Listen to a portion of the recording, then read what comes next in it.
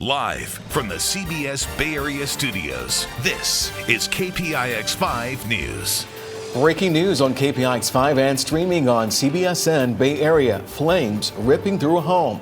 Smoke pouring into the sky. We've just learned there's a Christmas-related cause for this fire. The new details just into the newsroom. It's the day we've been waiting for, Vaccination Day in the Bay Area, but not everyone's on board. The message to those still concerned. We had no more ICU beds. ICU beds filling up across the state, while officials warn this is not the time to let your guard down. And stay away, why San Mateo County is urging outside visitors not to cross county lines. The big consequences their trips could have. Good morning, everyone. It is Tuesday, December 15th. I'm Michelle Griego. And I'm Lynn Keys. Good morning to you. A lot to get to this morning. First, though, we want to get you caught up on your forecast. It's a cold one, Mary.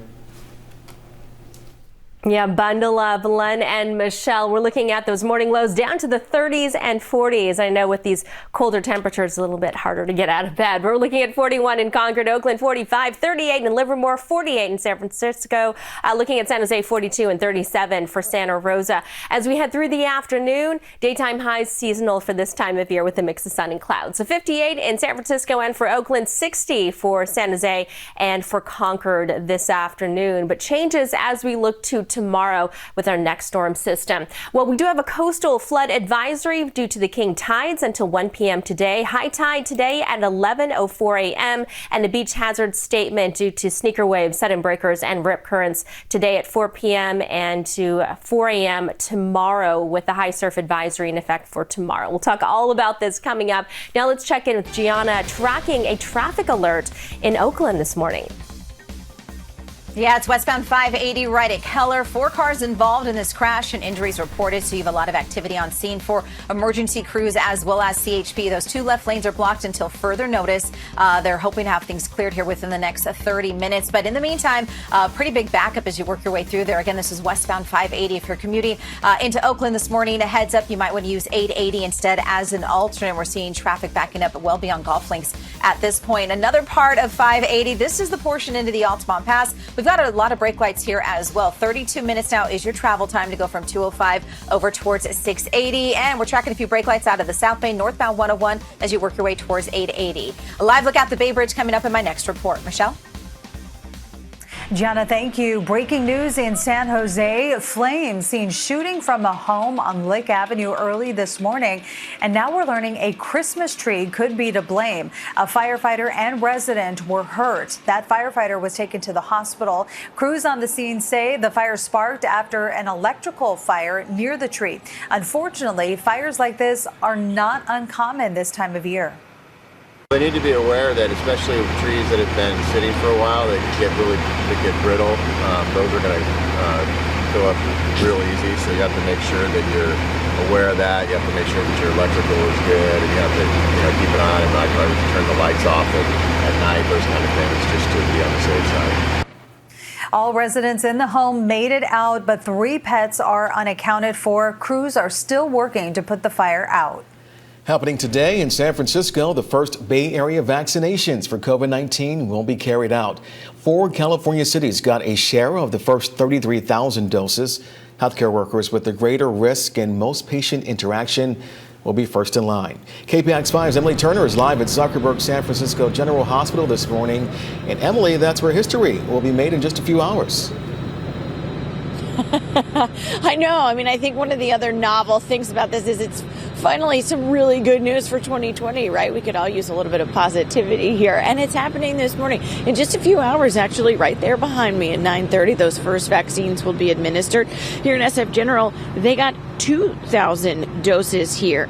First vaccine will be administered at 9:30 a.m. Now, that's enough to vaccinate 1,000 people. Remember that it takes 2 doses to get fully vaccinated on this one. Now, These are their share of the 33,000 total doses sent to the Bay Area from Stanford to Kaiser, Northern California.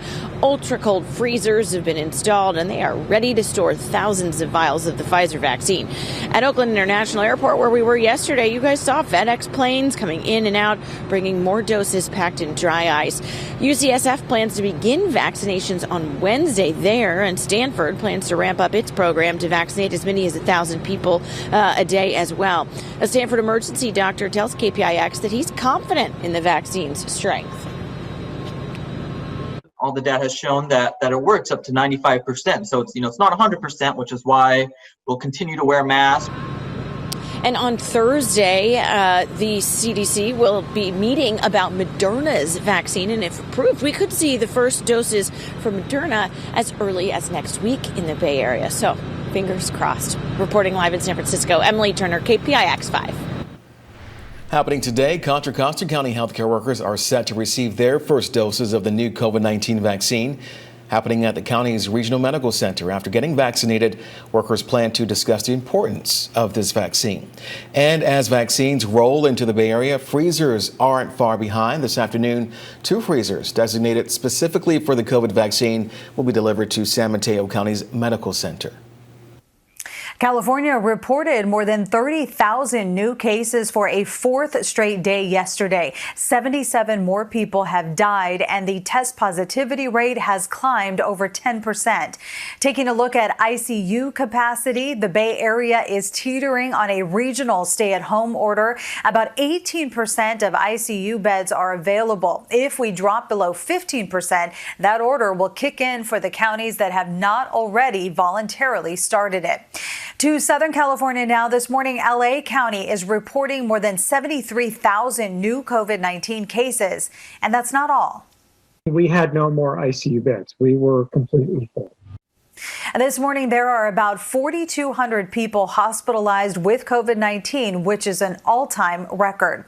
1 in 5 patients is in the ICU. 1 in 7 is on a ventilator. Officials say this is forcing hospitals to find more bed space for future patients. In all of Southern California, the ICU availability has dropped below 3%. There is some hope, though. An emergency room nurse at Kaiser in LA was the first in California to get the COVID vaccine, with Governor Newsom by her side. We frontline workers have been working around the clock over the past 9 months, sacrificing so much of what we do and love to take care of our patients. We've been doing this while trying to take care of our own families and keep them safe. What I want you guys to know is that help is on the way. Today's just the first step. And while this could be the light at the end of the tunnel, medical experts say it could be months before there are enough doses available to immunize the millions of people who live and work in LA County. But we're not to that light yet. And if we don't start taking this seriously, the tunnel could collapse on us before we reach the light. This morning, the hospital system is so stressed in LA County, public health leaders say no one should go to an emergency room unless you have a serious medical emergency. Today at 10 a.m., Governor Newsom will provide an update on the state's response to the pandemic, and you can watch it streaming live on CBSN Bay Area. Just download the KPIX5 app. Well, the pandemic is putting a strain on first responders across the Bay Area, from resources to manpower to physical endurance. 2020 has brought unprecedented challenges for all healthcare workers. That goes for the helicopter teams used to transport critically ill patients to the ground units driving those ambulances. While there's news of a vaccine, there's still no exact timetable for where EMS personnel fall in line. Right now, we're really kind of at the mercy of the county and the mercy of the state on when our personnel receive the vaccine. Certainly as frontline healthcare responders and emergency responders, we would hope to be prioritized high on the list, but a lot of that remains to be seen. The hospitals and the caregivers and the nurses and the doctors are telling us they are at their limit. They are telling us they are overwhelmed. EMS workers are typically moved around the county when there is a shortage. The good news, there hasn't been a shortage or need for that here just yet. This morning, San Mateo County is urging outsiders to stay away. Right now, the county is one of the only in the Bay Area not under a stay-at-home order. And now people are coming from across county lines to enjoy what's still open, like Christmas shopping, getting haircuts, and eating meals outdoors. If this keeps up, county supervisors worry it's going to speed up the process for more restrictions, given the current surge in COVID-19 cases. My message to the greater community, you respect your stay-at-home order in your own county. Please respect our stay-out order in San Mateo County. Supervisor David Canepa says the region's ICU capacity is shrinking by the day. He expects more restrictions from the state are inevitable, perhaps by the end of the week. At 6:09, a group of restaurant owners is suing Contra Costa County in hopes of overturning the outdoor dining ban.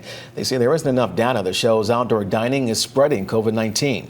So 4 restaurant owners filed a lawsuit to overturn the ban. The county says restaurants can still do takeout, so there's no irreparable harm. A judge told the owners they have to prove they've been hurt by being shut down. The proof is all the rent checks that are late, right? There's so much proof out there that, in a sense, it's kind of ridiculous that we even have to do this.